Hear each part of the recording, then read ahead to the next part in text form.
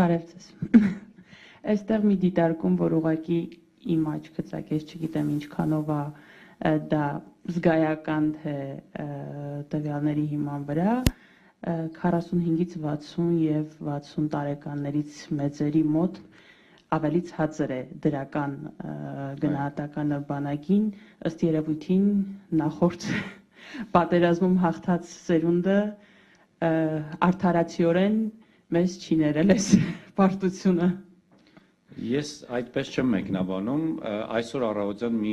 Vox Populi ֆորմատով լրագրողական հարցում կար, որը մեթոդաբանորեն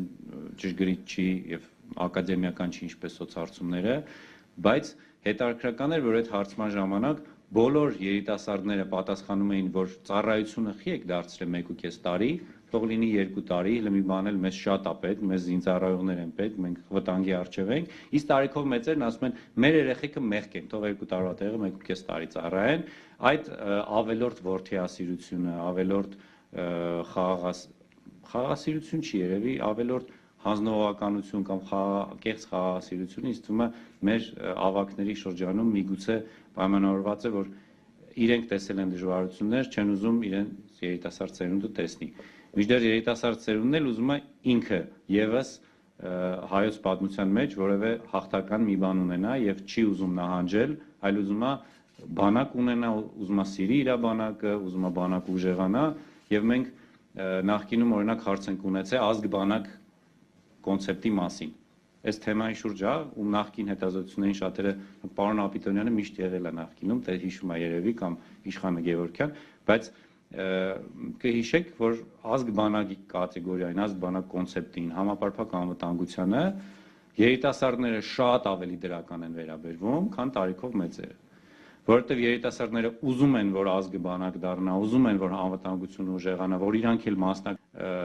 անվտանգություն ու բանակ ու երկիր ունենանք, տարիքով մեծերը միգուցե ավելի այդ հիասթափության, հոգնածության, դժկամության դրսևորումներ ունեն։ Իրականում դա չի բացառում, այսինքն մեկը մյուսին, այսինքն այդ ծնողների վերաբերմունքն էլ ազգայական գնահատական, որ ավելի կարճ ծառայեն, բայց նաև այն, որ այդ սերունդը տեսել են հաղթած բանակի ոգևորությունը եւ դրա համար գուցե իրենց շրջանում ավելի ցածր է այս պահի բանակի գնահատականը, եւս եւ թվերով եւ երբ որ փորձում եմ նաեւ ինձ ծանոթ պատերազմի մասնակիցների գնահատականները հիշել, այդ հիասթափությունը կա այս պահի։ Ես այդ ուղղությամբ չեմ մտածել, բայց անպայման կմտածեմ ու այդ ուղղությամբ կզբաղվեմ, որ միգուցե իրենք այսինքն հիպոթեզա, որ իրանք քննադատաբար են մոտենում երիտասարդ սերունդին, որովհետև իրենց սերունդը երիտասարդ սերունդին ոչ, գուցե, բայց այ հենց բանակին, որ տեսել են հաղթած բանակ եւ հիմա տեսնում են ինչ որ չափով բանակի կազմալուծում, ավելի ցավոտ են տանում։ Կարելի է զբաղվել այդ հիպոթեզով։ Շնորհակալություն շատ։ Խնդրեմ Քեյ